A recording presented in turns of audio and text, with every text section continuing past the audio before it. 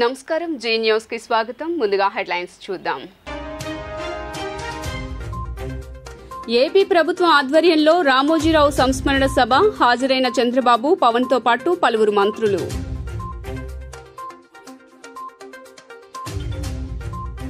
వరుస సమీక్షలో బిజీగా గడుపుతున్న డిప్యూటీ సీఎం పవన్ కళ్యాణ్, పాలనపై పట్టు పెంచుకుంటున్న పవన్.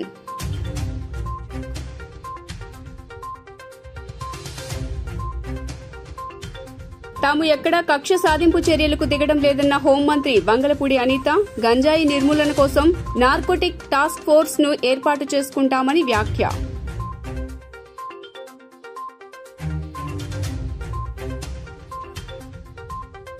ఏపీ సీఎస్ నీరబ్ కుమార్ ప్రసాద్ పదవీకాలం పొడిగింపు ఈ ఏడాది డిసెంబర్ వరకు పొడిగించిన కేంద్ర ప్రభుత్వం.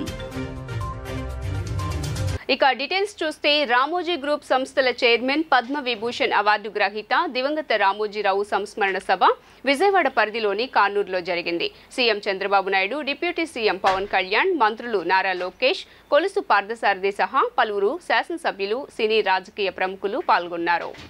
వారి పట్ల మనకు ఉండేటువంటి ప్రేమను, అభిమానాన్ని చాటుకునేటువంటి ఒక సంస్మరణ సభ కనుక విచ్చేటువంటి ఈనాడు, ఈటీవీ వంటి సంస్థల అభిమానుల సమక్షంలో ఆర్ఎఫ్సి లాంటి ఉదాత్తమైనటువంటి సంస్థని గుర్తు చేసుకుంటూ ఆయన పలకరించే తీరులో, పెట్టేటువంటి తీరులో ఒక లాలన, ఒక ప్రేమ, ఒక వాత్సల్యంతో యజ్ఞమే చేశారు. ప్రత్యేకించి కొన్ని కథల్ని గంట నిడివి ఉండేటువంటి చిరు చిత్రాలుగా చేయాలని ఉషోదయ కిరణాల పసిడి వర్ణాలతో మురిసిపోయారు. ఆయన భావితరానికి, పాత్రికేయులకి ఒక మార్గదర్శిగా నిలిచారు. ప్రతికూల పరిస్థితులను సైతం ఎదిరించి సానుకూలంగా మార్చుకుని స్వప్నాలని సాకారం చేసుకోవడానికి ఆయన ఒక అక్షర మునిగా నిలిచారు. ఈనాటి ప్రపంచ పరిస్థితులను సమగ్రంగా మన ముందుంచారు ఈనాడు ద్వారా. అపారమైనటువంటి సాహిత్య విలువలు గలిన చతుర, మహిళలందరి కోసం ప్రత్యేక వసుంధర. ఇలా ఆదివారం వస్తే ఈనాడు ఆదివారం అనుబంధం.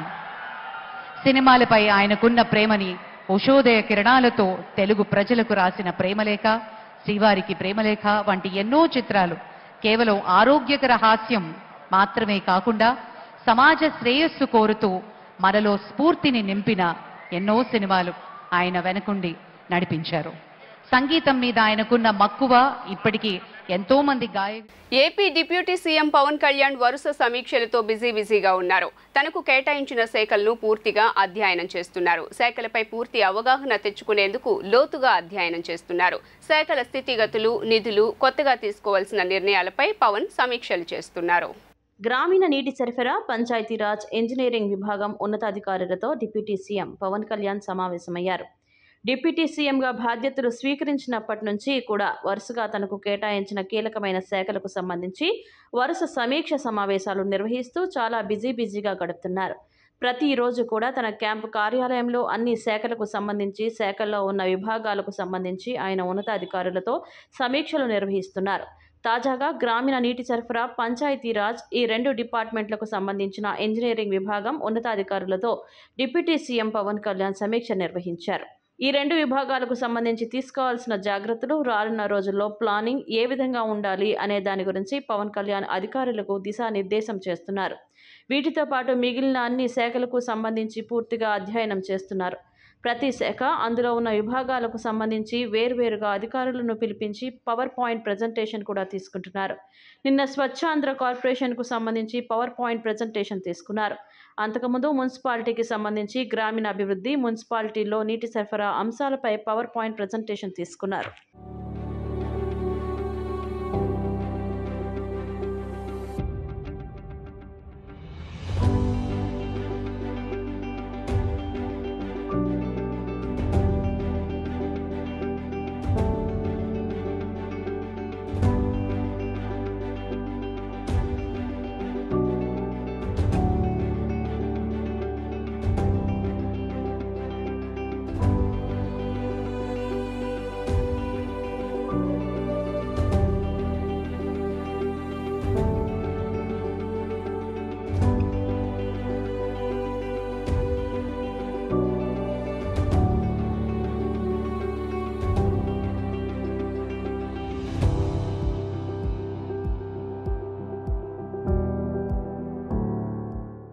ఆంధ్రప్రదేశ్లో టీడీపీ, జనసేన, బీజేపీ కూటమి 164 సీట్లు గెలిచిందని, తాము ప్రతీకారం తీర్చుకోవాలంటే ఎంతో మందిని అరెస్టు చేయవచ్చునని హోంమంత్రి వంగలపూడి అనిత అన్నారు.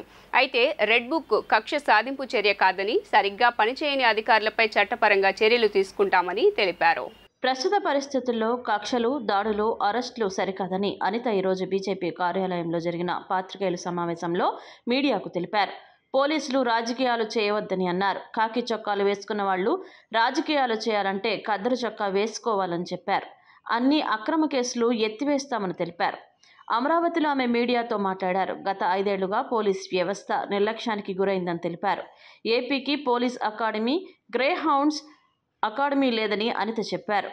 వాటి కోసం కేంద్ర సర్కారు నిధులు పంపినప్పటికీ వాటిని వినియోగించలేదని తెలిపారు. నూతన ఎస్పీ ఆఫీసులకు సొంత భవనాలు లేవని చెప్పారు. కేంద్ర సర్కారు నుంచి గత 5 సంవత్సరాల్లో 250 కోట్ల రూపాయలు వచ్చాయని తెలిపారు. పోలీస్ వెహికల్స్ 2014లో ఇచ్చారని, గత 5 ఏళ్లలో మెయింటెనెన్స్ కూడా లేదని అనిత చెప్పారు. పోలీస్ శాఖలో రిక్రూట్మెంట్స్ చేయాలని అన్నారు. గత 5 ఏళ్లుగా కానిస్టేబుల్, హోంగార్డుల నియామకాలు లేవని చెప్పారు.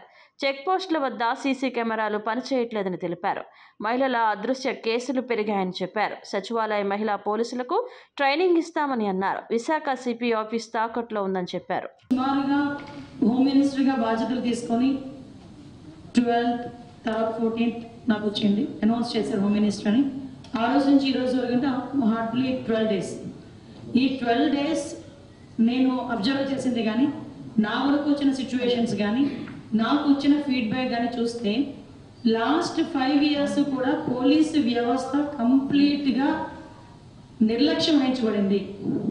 కంప్లీట్గా ఏ రోజైనా పోలీసు వాళ్ళని మనం కాపలాలు పెట్టుకోవడానికో లేకపోతే వాళ్ళ చేత పని చేయించుకోవడానికో చూసుకున్నాం తప్పించి, పోలీస్ డిపార్ట్మెంట్కి కావాల్సిన ఇన్ఫ్రాస్ట్రక్చర్ ఉందా, పోలీస్ డిపార్ట్మెంట్ వాళ్ళకి కావాల్సిన ఇమ్యూనిటీస్ మనం ఇస్తున్నామా లేదా, పోలీస్ డిపార్ట్మెంట్ వెల్ఫేర్ మనం చూస్తున్నామా లేదా, అసలు పోలీస్ డిపార్ట్మెంట్కి ఏం కావాలి అని ఏ ఒక్క రోజైనా ఎవరైనా కూర్చొని మాట్లాడే సందర్భం వచ్చి ఉంటుంటే ఈరోజు మా ఎదురుగా ఇన్ని సమస్యలు ఉండేవి కాదేమో అనిపిస్తుంది.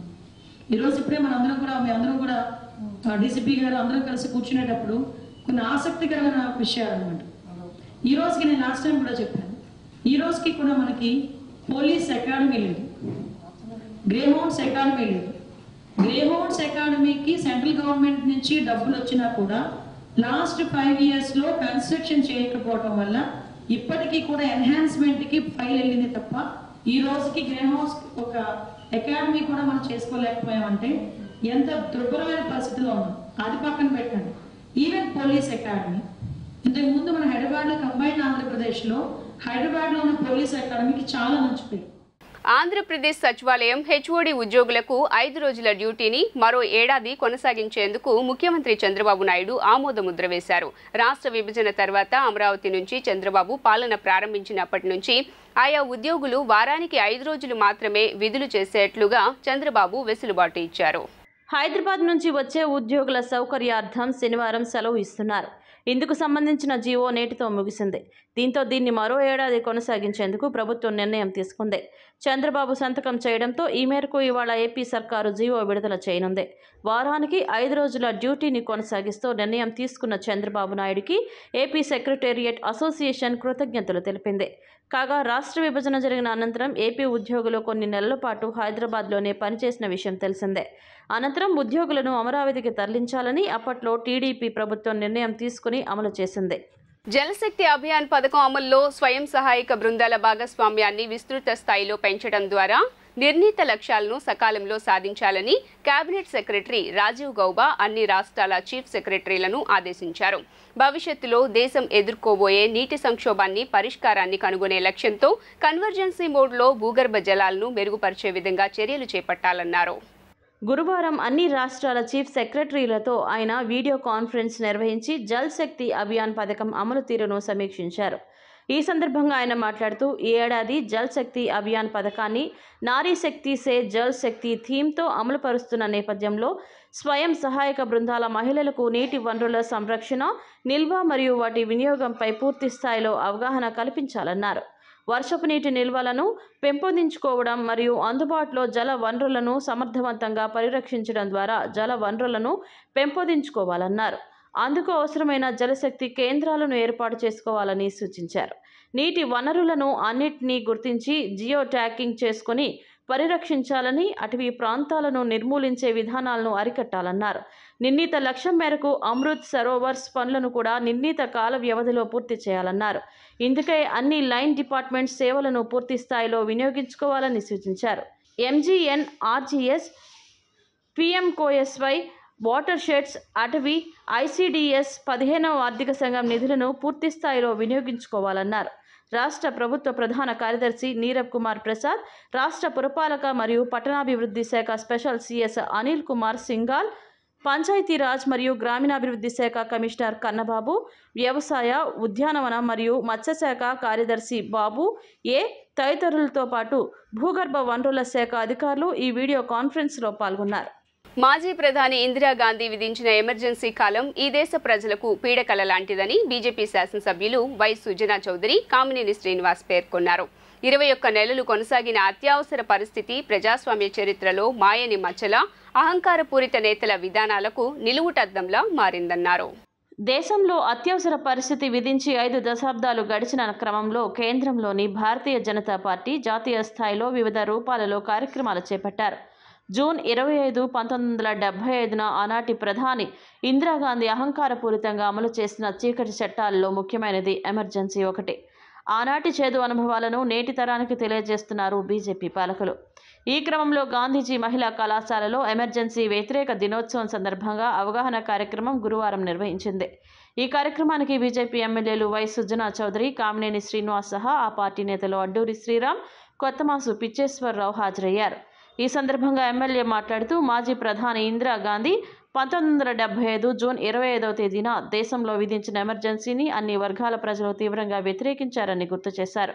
ముఖ్యంగా ప్రజాస్వామ్యానికి పునాదులు అయినటువంటి వ్యవస్థలను అణిచివేసే విధంగా వ్యవహరించారని పేర్కొన్నారు. ఆనాటి పరిస్థితులు ప్రజాస్వామ్య వ్యవస్థపై మాయని మచ్చగా మిగిలాయన్నారు. ఒక్క ఆంధ్రప్రదేశ్ మినహాయించి అన్ని రాష్ట్రాలలోనూ ఎమర్జెన్సీ తాలూకా చీకటి ఘటనలు కొక్కొల్లలుగా మిగిలాయన్నారు. ఆనాటి పాలకులు అహంకారపూరిత ధోరణితో అవలంబించిన విధానాలన్నీ నేటి తరానికి తెలియచేయాలని ఉద్దేశంతో భారతీయ జనతా పార్టీ దేశవ్యాప్తంగా పలు రూపాలలో కార్యక్రమాలు చేపట్టిందని గుర్తు చేశారు. ప్రజాస్వామ్య పద్ధతిలో ఎన్నికైన ప్రజాప్రతినిధులు ప్రజల సంరక్షకులుగా మెలగాలే కానీ నిరంకుశ ధోరణితో నియంతలా వ్యవహరిస్తే ఆనాడు ఇందిరాగాంధీకి నేడు మాజీ ముఖ్యమంత్రి జగన్మోహన్ రెడ్డికి పట్టిన గతే పడుతుందని గుర్తు చేశారు. మీలో ఎంతమందికి మన భారతదేశం ఒక ప్రజాస్వామ్య వ్యవస్థ అని తెలుసో నాకు తెలియదు. తెలిసిన వాళ్ళు చెప్పండి, చేయొద్దండి. తెలీదు. భారత రాజ్యాంగం తెలీదు. ఇక్కడ మీరు చదువుకునే కోర్సులు ఏంటండి? ఇక్కడ కోర్సులు సైన్సా, పొలిటికల్ సైన్సా? పైన పిల్లలందరూ చదివేది అన్నీ ఉన్నాయి. భారత రాజ్యాంగం ప్రకారం మన భారతదేశం రాజ్యాంగం ఉంది. రాజ్యాంగం ప్రకారం మన ప్రజాస్వామ్య వ్యవస్థ నడవాలి. ఆ ప్రజాస్వామ్య వ్యవస్థలో ప్రజలందరూ కూడా మొన్నే ఎన్నికలు అయినాయి కదా. ఆ ఎన్నికల్లో మీకు ఓటు రాలేదు కాబట్టి తెలియదు. తెలుసా? Very good. ఇప్పుడు ఆ ఓట్లు అంటే మన పశ్చిమ నియోజకవర్గంలో 2,50,000 మంది ఓటర్స్ ఉంటే మనకి 1,70,000 మంది ఓట్లు వేశారు. ఈ ప్రజానీకానికి ఇష్ట ప్రకారం వాళ్ళ నాయకులు ఎన్నుకోవచ్చు అనేది మన ప్రజాస్వామ్యంలో మొట్టమొదటిగా భారత రాజ్యాంగం కల్పించిన సబ్జెక్ట్ అది. అయితే ఆ ఎన్నికలు ఎలా జరపాలి అనేది కూడా భారత రాజ్యాంగంలో కొన్ని నియమకాలు పొందుపరిచింది. కాబట్టి దాని ప్రకారం నడుచుకోవాల్సిన అవసరం ఉంది. ఈ మధ్య జరిగిన ఎన్నికల్లో వీళ్ళందరినీ నాకు పదవద్దు, మీరందరూ కలిసి దుర్మార్గం ప్రభుత్వాన్ని పోగొట్టాలి అని చెప్పి ఆయన జనతా పార్టీని స్థాపించి 2 ఏళ్లలో 1977లో ఇందిరాగాంధీ గారితో సహా అందరూ ఓడిపోయారు. అంటే ప్రజలు చూస్తా ఊరుకుంటారనుకుంటే అది పాలకుల యొక్క అనుభవ రాహిత్యం. అలాగే మేము బాగా చేస్తామని మనం అనుకోవటం కాదు, మనం ఏం చేసినా మనం ఏం చేస్తున్నాం, బాగా చేస్తున్నాం లేదా అనేది డిసైడ్ చేస్తే ప్రజలు చూసేవాళ్ళు. నేను బాగా చేస్తాను నేను అనుకుంటాను, నా వెనకాల వాళ్ళు కూడా బాగా చేస్తున్నారు. అది నిజం కాదు. ప్రజలు ఏమనుకుంటున్నారో ఉంది. ఇవాళ 49వ సంవత్సరం కంప్లీట్ అయ్యి 50 సంవత్సరంలో ఎమర్జెన్సీ వచ్చి ఉన్న తర్వాత అలాంటి దుష్ట రకమైన యాక్ట్స్ అవి రాకూడదని ప్రజలు ఎప్పుడు అప్రమత్తంగా ఉండాలి. రాజకీయ నాయకులు మనకు నచ్చిన వాళ్ళకి వేసుకోవచ్చు, కానీ వాళ్ళు తప్పు చేస్తే మాత్రం అలాంటిది మళ్ళీ రాకుండా ఉండాలని ప్రజలు అప్రమత్తంగా ఉండాలి. అందుకని దేశంలో ఉన్న వాళ్ళందరికీ మీరు చాలా మంది అప్పుడు పుట్టలేదు. 49 ఏళ్ల నాడు జరిగిన ఉదంతాన్ని ఈ దేశానికి అవి చీకటి రోజులు, ఆ 2 ఏళ్ళు చీకటి రోజులుగా ఉన్నాయి. అందుకని మళ్ళా అట్లాంటి రాకూడదన్నది ఇవాళ ప్రజలు వేరు కారణాలతో. ఏపీ ప్రభుత్వ ప్రధాన కార్యదర్శి నీరబ్ కుమార్ ప్రసాద్ పదవీ కాలాన్ని కేంద్ర ప్రభుత్వం పొడిగించింది. 6 నెలల పాటు అంటే జూలై 1వ తేదీ నుంచి డిసెంబర్ 31వ తేదీ వరకు ఆయన సర్వీస్ను పొడిగిస్తూ డీఓపీటీ ఉత్తర్వులు జారీ చేసింది. ఈ మేరకు కేంద్ర సిబ్బంది వ్యవహారాల శాఖ రాష్ట్ర ప్రభుత్వానికి సమాచారం పంపించింది. ఏపీలో ఎన్డీఏ కూటమి ప్రభుత్వం అధికారంలోకి రావడంతో చంద్రబాబు నాయుడు సీఎంగా బాధ్యతలు స్వీకరించారు. అప్పటి వరకు సీఎస్గా కొనసాగుతున్న జవహర్ రెడ్డిని బదిలీ చేసి నూతన సీఎస్గా నీరబ్ కుమార్ ప్రసాద్ను నియమించారు. నీరబ్ కుమార్ సీఎస్గా బాధ్యతలు చేపట్టే సమయానికి మరో 10 రోజులు మాత్రమే పదవీకాలం మిగిలి ఉంది. అంటే ఈ నెల 30న ఆయన పదవీకాలం ముగియనుంది. దీంతో నీరబ్ సర్వీస్ను పొడిగించాలని కోరుతూ సీఎం చంద్రబాబు నాయుడు కేంద్రానికి లేఖ రాశారు. 6 నెలలు నీరబ్ పదవీకాలాన్ని పొడిగించాలంటూ లేఖలో పేర్కొన్నారు. ఏపీ సీఎం విజ్ఞప్తికి కేంద్ర ప్రభుత్వం గ్రీన్ సిగ్నల్ ఇచ్చింది. దీంతో నీరబ్ కుమార్ ప్రసాద్ పదవీకాలం 6 నెలలు పొడిగిస్తూ ఉత్తర్వులు జారీ చేసింది. రాష్ట్రంలోని యువత చిన్న పరిశ్రమలు ఏర్పాటు చేసుకుని ఆర్థిక అభివృద్ధిలో భాగస్వాములు కావాలని మైక్రో స్మాల్ మీడియం ఎంటర్ప్రైజెస్ మంత్రి కొండపల్లి శ్రీనివాస్ పిలుపునిచ్చారు. ప్రతి నెల జిల్లా స్థాయిలో ఎంఎస్ఎంఈల సమస్యల పరిష్కారానికి గ్రీవియన్స్ డేను నిర్వహిస్తామన్నారు.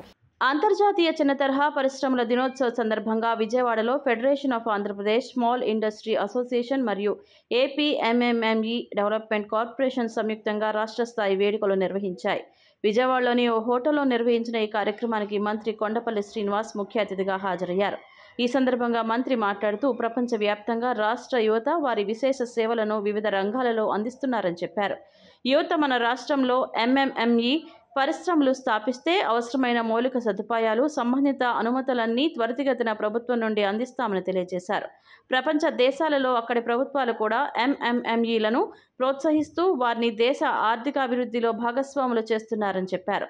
మన రాష్ట్రంలో 20 ఏళ్లుగా డ్వాక్రా సంఘాలు ఎంతో అభివృద్ధి చెందాయని, ఎంఎంఎంఈలు డ్వాక్రా మహిళల సేవలు ఉపయోగించుకొని వారికి ఉద్యోగ అవకాశాలు కల్పించాలని కోరారు. ఆంధ్రప్రదేశ్ నుండి వెళ్లిన ఎన్ఆర్ఐలందరూ వారి స్వస్థలాలకు తిరిగి వచ్చి చిన్న పరిశ్రమలు స్థాపించడం లేదా అటువంటి పరిశ్రమలలో పెట్టుబడులు పెట్టి ఉద్యోగ అవకాశాలు కల్పించి అభివృద్ధిలో భాగస్వాములు కావాలని కోరారు. ఈరోజు ఆంధ్రప్రదేశ్లో చిన్న మధ్య తరగతి ఇండస్ట్రీస్ ఏవైతే ఉన్నాయో ఆ ఇండస్ట్రీస్ కలిసి ఈరోజు విజయవాడలో ఫ్యాబ్స్కో అనే organisation and MSME development corporation అనే ఇద్దరు ఆర్గనైజేషన్ ఆధ్వర్యంలో ఒక ఎంఎస్ఎంఈ డే సెలబ్రేషన్స్ చేసుకోవడం జరిగింది. మరి అలాంటి దశగా ఈరోజు కొన్ని ఎంఓఈస్ చేయడం జరిగింది. ముఖ్యంగా థ్రెడ్స్ కాన్సెప్ట్ మీద, అలాగే ఒక క్లస్టర్ డెవలప్మెంట్ సెంటర్ కూడా ప్రింటింగ్ సెంటర్ అది కూడా ఈరోజు శాంక్షన్ చేయడం. అదేవిధంగా ఈరోజు ఎంఎస్ఎంఈలో ఏ రకంగా భవిష్యత్ కాలంలో నడవాలని, ఏ రకంగా ర్యాంప్ అనే ప్రోగ్రామ్ ఏదైతే సెంట్రల్ గవర్నమెంట్ ప్రతిపాదించిందో ఆ ప్రోగ్రామ్ని ముందుకు ఎలా తీసుకువెళ్ళాలనే ఆలోచన డిస్కషన్ పబ్లిక్ అదే ఎంఎస్ఎంఈ సభ్యులందరికీ చెప్పడం జరిగింది. ఆ దశగా వాళ్ళ దగ్గర ఇన్పుట్స్ కూడా కోరడం జరిగింది. రేపు వాళ్ళ తాలూకా ఇంపార్టెన్స్ ఎలా ఉంటుంది భవిష్యత్ కాలంలో అనేది వాళ్ళకి చెప్పడం జరిగింది. ఇవన్నీ కూడా రాష్ట్రానికి భవిష్యత్ కాలంలో మంచి జరగాలని, మంచి రోజులు రావాలని, అందరూ కష్టపడి పనిచేయాలని, యంగ్ ఎంటర్ప్రీనర్స్ని తయారు చేసుకోవాలని మన ఆరోగ్యం మన చేతుల్లో ఉంటుందని 52వ డివిజన్ కార్పొరేటర్ ఉమ్మడి వెంకటేశ్వరరావు పేర్కొన్నారు. డివిజన్ పర్యటనలో భాగంగా గురువారం కోమల విలాస్ సెంటర్ గుర్రాల వీధిలో పర్యటించి స్థానికుల సమస్యలను అడిగి తెలుసుకున్నారు. ప్రజలతో ప్రజా దర్బార్ నిర్వహించారు. పరిసరాలను పరిశుభ్రంగా ఉంచుకోవాలని, వ్యర్థ పదార్థాల చెత్తను టబ్బుల్లో వేసి కార్పొరేషన్ సిబ్బందికి ఇవ్వాలని, కాలువల్లో చెత్త వేయకూడదని, మురుగునీరు నిల్వ ఉంచకుండా శుభ్రం చేసుకోవాలని చంటి తెలిపారు. డివిజన్లోని కరెంటు పోల్ సమస్యలు పరిష్కరించాలని సంబంధిత అధికారులను కోరారు. శుభోదయం ప్రజా దర్బార్ కార్యక్రమంలో 52వ డివిజన్లో మరి కోమల ఎదురుగా గుర్రాల వారి సందులో మరి ఈ కార్యక్రమం నిర్వహిస్తూ ఉన్నాం. మరి ప్రజలందరూ కూడా వారి బాధల్ని చెప్పే విధంగా మరి అదేవిధంగా వారికి మనం కొన్ని సూచనలు చేసాం. వాళ్ళ బాధలు ఏంటంటే ఇక్కడ మరి చంద్రబాబు గారికి ఎన్డీఏ కూటమికి ఓట్లు వేయడం జరిగింది. చంద్రబాబు గారు కావాలి ముఖ్యమంత్రి గారిని కోరుకోవటం, అక్కడ నరేంద్ర మోడీ గారు, ఇక్కడ ఉప ముఖ్యమంత్రిగా మరి పవన్ కళ్యాణ్ గారిని, అదేవిధంగా కూడా ఎన్డీఏ కూటమి వస్తే 2014 టు 19 పరిపాలన ఎట్లా అయితే ఉందో అట్లా ఉంటుందనే ఆశతో ప్రజలందరూ కూడా వేశారు. వీళ్ళు ఏదైతే కోరుకున్నారో అది తూచా తప్పకుండా కూడా ఎన్డీఏ కూటమి చంద్రబాబు గారి నాయకత్వంలో పనిచేస్తుందని ఈ సందర్భంగా తెలియజేస్తూ, అదేవిధంగా కూడా రేపు 1వ తారీఖు మరి 4000 పెన్షన్ వస్తుందా రాదంటే వస్తుందమ్మా, సంతకాలు కూడా పెట్టడం అయిపోయింది. 7000 ఇస్తారు, 3 నెలలు పెంచి ఈ నెల నుంచి రేపు నెల నుంచి 1వ తారీఖు నుంచి 7వ నెల 1వ తారీఖు 7వ నెల నుంచి 4000 రూపాయలు పెన్షన్ ఇస్తారు. ఖచ్చితంగా కూడా జరిగింది, అమలైంది.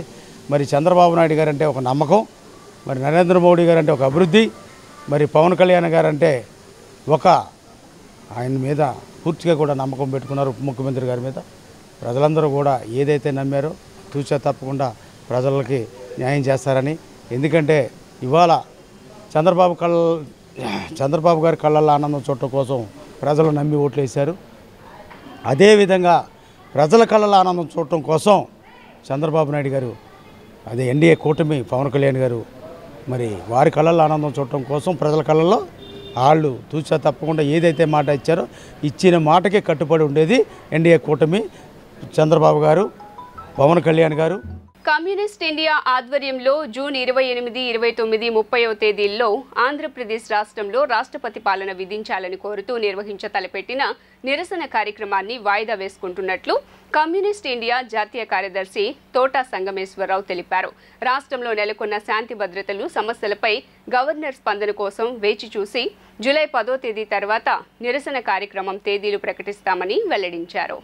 గాంధీనగర్ ప్రెస్ క్లబ్ నందు కమ్యూనిస్ట్ ఇండియా జాతీయ కార్యదర్శి తోట సంగమేశ్వరరావు విలేకరుల సమావేశాన్ని నిర్వహించారు.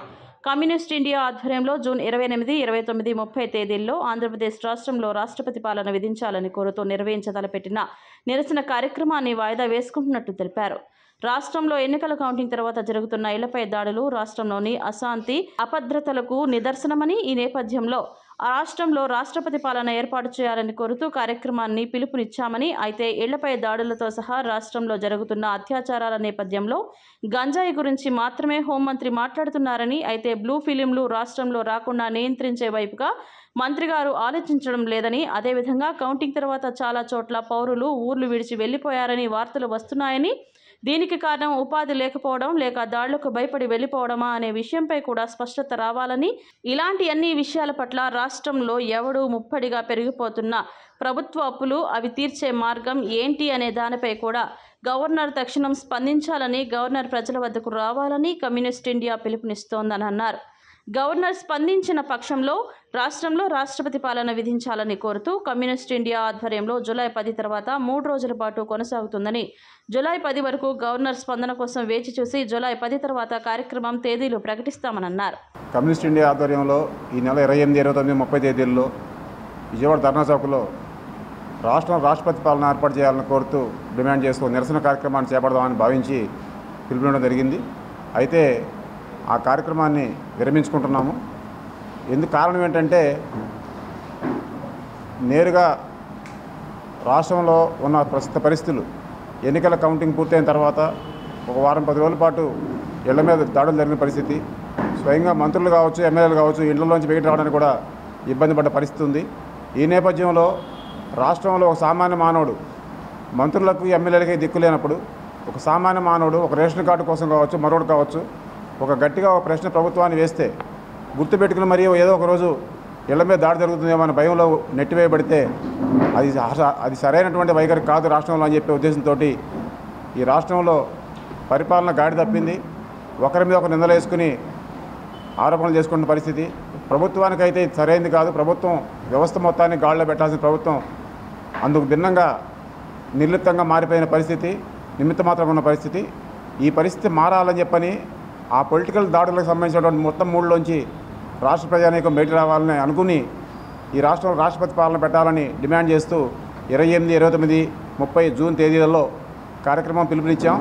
అయితే ఆ కార్యక్రమాన్ని ప్రస్తుతం వాయిదా వేసుకుంటున్నాం. కారణం ఏంటంటే ఈ రాష్ట్రంలో ప్రథమ పౌరుడు గవర్నర్, ముఖ్యమంత్రి కావచ్చు, ఉప ముఖ్యమంత్రి కావచ్చు, మంత్రివర్గం కావచ్చు, నిమిత్త మాత్రంగా మారిపోయి జరుగుతున్న దాడుల పట్ల కానీ మరొకటి కానీ ఎన్డీఏ ప్రభుత్వం సర్వశిక్ష అభియాన్ కార్యక్రమాన్ని గత 10 సంవత్సరాలుగా సమర్థవంతంగా అమలు చేస్తోందని విజయవాడ పశ్చిమ ఎమ్మెల్యే సుజనా చౌదరి పేర్కొన్నారు.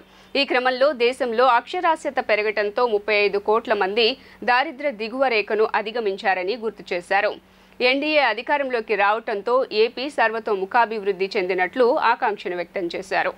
రాష్ట్ర ప్రభుత్వ పాఠశాలల్లో నూతన విద్యా సంవత్సర కానుకగా విద్యార్థులకు పాఠ్య పుస్తకాలు, నోట్బుక్స్, స్కూల్ బ్యాగ్ సహా షూస్ పంపిణీ కార్యక్రమం కొనసాగుతున్న సంగతి తెలిసిందే. ఈ నేపథ్యంలో విజయవాడ పశ్చిమ నియోజకవర్గంలోని గాంధీజీ మున్సిపల్ హై స్కూల్ విద్యార్థుల స్కూల్ కిట్స్ పంపిణీ కార్యక్రమంలో స్థానిక శాసనసభ్యులు వై సుజనా చౌదరి సహా కార్పొరేటర్లు ఉమ్మడి చంటి, బొల్లా విజయకుమార్ పాల్గొన్నారు. తొలుత మహాత్మా గాంధీజీ, సరస్వతీదేవి విగ్రహాలకు పూలమాలలు వేసిన ఎమ్మెల్యే అనంతరం విద్యార్థులకు స్కూల్ కిట్స్ను అందజేశారు. ఈ సందర్భంగా మీడియాతో మాట్లాడిన సుజనా చౌదరి కేంద్రంలోని ఎన్డీఏ సర్కార్ దశాబ్ద కాలం నుండి దేశవ్యాప్తంగా సర్వశిక్ష అభియాన్ కార్యక్రమాన్ని సమర్థవంతంగా అమలు చేస్తూ దేశంలో 10% విద్యా వ్యాప్తిని పెంపొందించిందని గుర్తు చేశారు. దానితో 35 కోట్ల మంది ప్రజలు దారిద్ర్య దిగువ రేఖ నుండి బయటపడ్డారని వెల్లడించారు. రాష్ట్ర పాఠశాలలో మౌలిక సదుపాయాలు కల్పనతో పాటు చక్కని విద్యాబోధన అందిస్తూ విద్యార్థులకు ఉజ్వల భవిష్యత్తును అందిస్తున్నట్లు వెల్లడించారు. ఇక కేంద్రం, రాష్ట్రంలోనూ ఎన్డీఏ ప్రభుత్వం అధికారంలోకి వచ్చిన నేపథ్యంలో రాష్ట్ర అభివృద్ధి కొరకు అన్ని చర్యలు తీసుకుంటున్నట్లు స్పష్టం చేశారు. ఈరోజు గాంధీ మున్సిపల్ హై స్కూల్లో సర్వశిక్షాభియాన్ ఎన్డీఏ ప్రభుత్వం గత 10 సంవత్సరాల నుంచి కూడా ఆ కార్యక్రమం చేస్తూ ఉన్నాం అన్ని రాష్ట్రాల్లో. ముఖ్యంగా ఏంటంటే ఎన్డీఏ ప్రభుత్వం యొక్క ముఖ్య ఉద్దేశం రాష్ట్ర ప్రభుత్వాల నుంచి వీటిని అందజేసి విద్యా ప్రమాణాలను పెంచాలని చెప్పి ఈ స్కీమును తీసుకురావడం జరిగింది. 10 సంవత్సరాల నుంచి మన భారతదేశంలో విద్యాధికం చాలా ఎక్కువైపోయింది. దాంతోనే పేదరికం కూడా తగ్గింది. 35 కోట్ల మందిని బీపీఎల్ నుంచి బయటికి తీసుకురావడానికి కూడా బేసిక్ ఎడ్యుకేషన్ చాలా ఉపయోగపడింది. సో ఇప్పుడు ఎన్డీఏ ప్రభుత్వం కేంద్రంలో ఉంది, ఎన్డీఏ ప్రభుత్వం రాష్ట్రంలో కూడా ఉంది కాబట్టి రెండింటిని అనుసంధానం చేసుకొని ఈ కార్యక్రమం చేయడం జరిగింది. పుస్తకాలు, బ్యాగు, డ్రెస్సు, ఈ 3 షూస్ కూడా ఇచ్చాం. ఆ కార్యక్రమంలో పాల్గొన్నాను ఈరోజు. స్టూడెంట్ కిట్స్, దాని పేరు ఓవరాల్గా స్టూడెంట్ బాగా చదువుకోవాలని చెప్పాను. వాళ్ళకి ఏమైనా ఇబ్బందులు ఉంటే వెంటనే ప్రజాస్వామ్యంలో వాళ్ళ ఇబ్బందులన్నింటినీ కూడా చూడవలసిన అవసరం ప్రజలతో ఎన్నుకోబడిన వ్యక్తులకు ఉంటుంది కాబట్టి వాళ్ళ అధ్యాపకులకు చెప్పండి, మేము ఎప్పటికప్పుడు వచ్చి కనుక్కొని అన్ని కూడా సమస్యలను సామరస్యంగా పరిష్కరిస్తామని చెప్పాను. ప్రయత్నంలో భాగంగా విద్యార్థులకు కావలసిన మెటీరియల్ అందించడానికి కోసం మన పాఠశాల చేసి ఉన్నారు. వారు మరి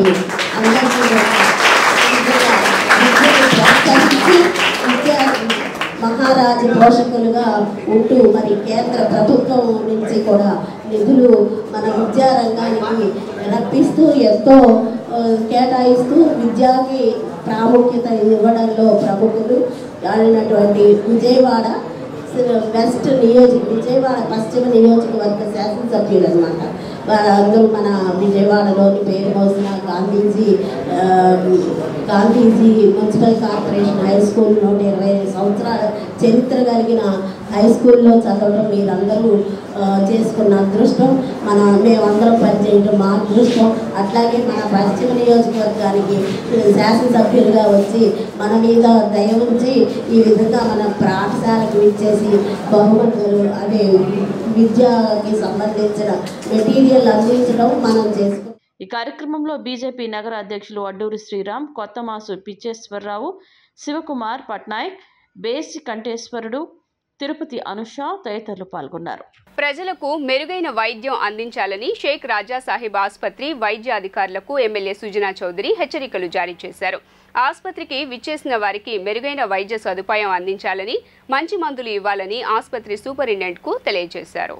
గురువారం కొత్తపేటలోని షేక్ రాజా సాహెబ్ ఆసుపత్రిని పశ్చిమ ఎమ్మెల్యే సుజనా చౌదరి తనిఖీలు చేశారు.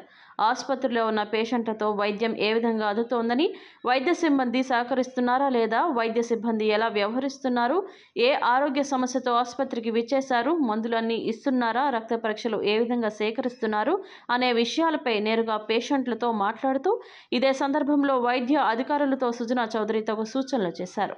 ఆసుపత్రికి విచ్చేసిన వారికి మెరుగైన వైద్య సదుపాయం అందించాలని, మంచి మందులు ఇవ్వాలని ఆసుపత్రి సూపరింటెండెంట్ శాంతి కిరణ్కు తెలియజేశారు. ఆసుపత్రిలో నెలకొన్న పలు సమస్యలపై జిల్లా కోఆర్డినేటర్ చినకోటి నాయక్తో చర్చించారు.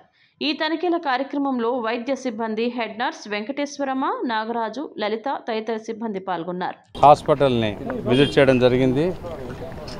అక్కడ సమస్యలు చూస్తూ ఉంటే అన్ని సమస్యలుగానే ఉన్నాయి.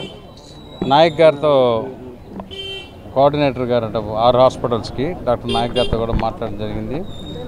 తర్వాత డాక్టర్ సౌజన్య, డాక్టర్ శాంతి కిరణ్ గారు వీళ్ళందరూ కూడా ఎక్స్ప్లెయిన్ చేశారు వాళ్ళ సమస్యలు. వాటన్నిటికి కూడా ఇన్ఫ్రాస్ట్రక్చర్ సమస్యలు, తర్వాత స్టాఫ్ సమస్యలు, కొంతమంది అవుట్సోర్సింగ్ ఎంప్లాయీస్కి 4 నెలల నుంచి జీతాలు ఇవ్వలేదట. అవన్నీ కూడా తీసుకొని ఒక కన్సాలిడేటెడ్గా తీసుకొని వస్తే అది కలెక్టర్ గారితో కూడా మాట్లాడి, కమిషనర్ గారితో మాట్లాడి, తర్వాత మన వైద్య శాఖ వర్యులు సత్యకుమార్ గారితో కూడా మాట్లాడి ఏం కావాలో అవి చేపిస్తా అని చెప్పాను.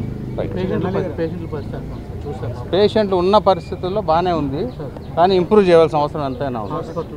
హాస్పిటల్ ఇన్ఫ్రాస్ట్రక్చర్ అంతా కూడా అది అవన్నీ కూడా ఇప్పుడే కదా స్టడీ చేసి, కన్సాలిడేట్గా స్టడీ చేసి, ఈ నియోజకవర్గంలో 2,50,000 మంది ఉంటే ప్రతి 25,000 మందికి ఫస్ట్, తర్వాత 10,000 మంది చొప్పున ఒక పిహెచ్సి సెంటర్ కానీ, అర్బన్ హెల్త్ కేర్ సెంటర్లు కానీ పెట్టించాలి. ఆ స్టడీ చేయడానికి 3D మ్యాపింగ్ చేస్తున్నారు, ఆల్రెడీ ఆర్డర్ చేశారు. అది చేసి చేపిద్దాం రండి. అవన్నీ అది ఏది సాధ్యాసాధ్యాలు చూసి ఏది మంచి అనుకుంటే ఇక్కడ ప్రజానీకానికి అది చేపిస్తాం. షేక్ రాజా ఆసుపత్రిని 100 పడకల ఆసుపత్రిగా మార్పు చేసి 24 గంటలు ప్రజలకు అందుబాటులోకి తీసుకురావాలని ఎమ్మెల్యే సుజనా చౌదరికి 50వ డివిజన్ కార్పొరేటర్ బోయ సత్యబాబు వినతి పత్రాన్ని అందజేశారు. ఆసుపత్రిలో అవసరానికి తగినంత సిబ్బందిని, అన్ని రకాల వైద్య సేవలను అందుబాటులోకి తీసుకురావాలని వినతి పత్రంలో కోరారు.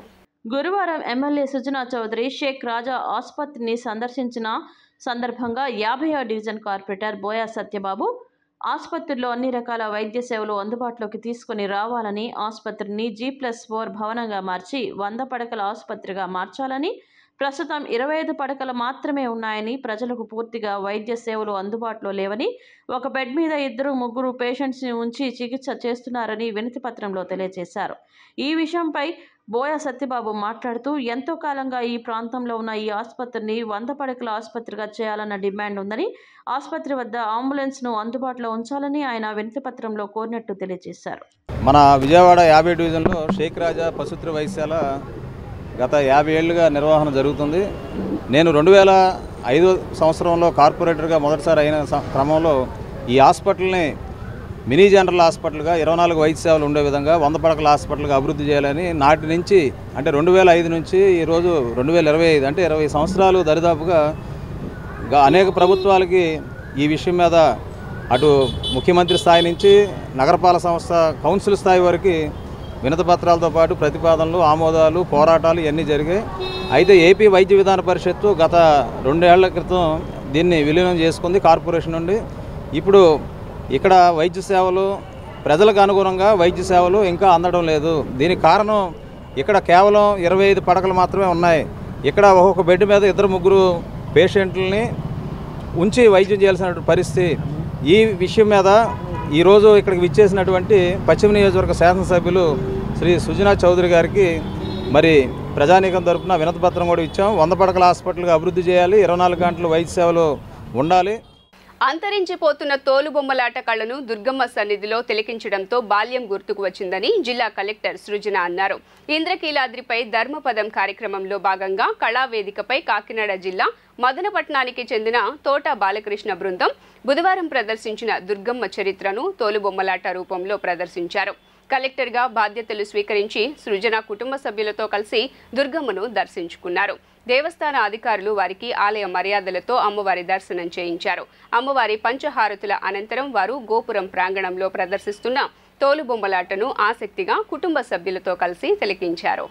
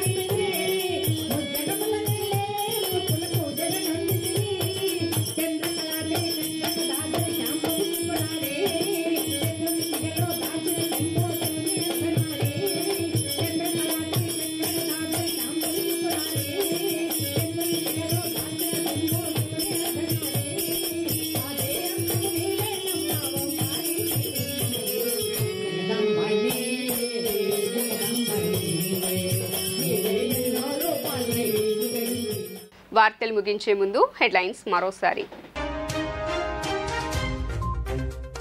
ఏపీ ప్రభుత్వం ఆధ్వర్యంలో రామోజీరావు సంస్మరణ సభ హాజరైన చంద్రబాబు, పవన్తో పాటు పలువురు మంత్రులు.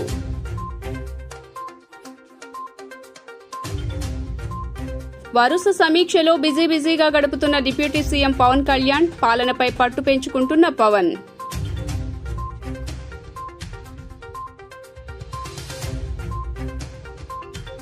తాము ఎక్కడా కక్ష సాధింపు చర్యలకు దిగడం లేదన్న హోంమంత్రి వంగలపూడి అనిత. గంజాయి నిర్మూలన కోసం నార్కోటిక్ టాస్క్ ఫోర్స్ ను ఏర్పాటు చేసుకుంటామని వ్యాఖ్య.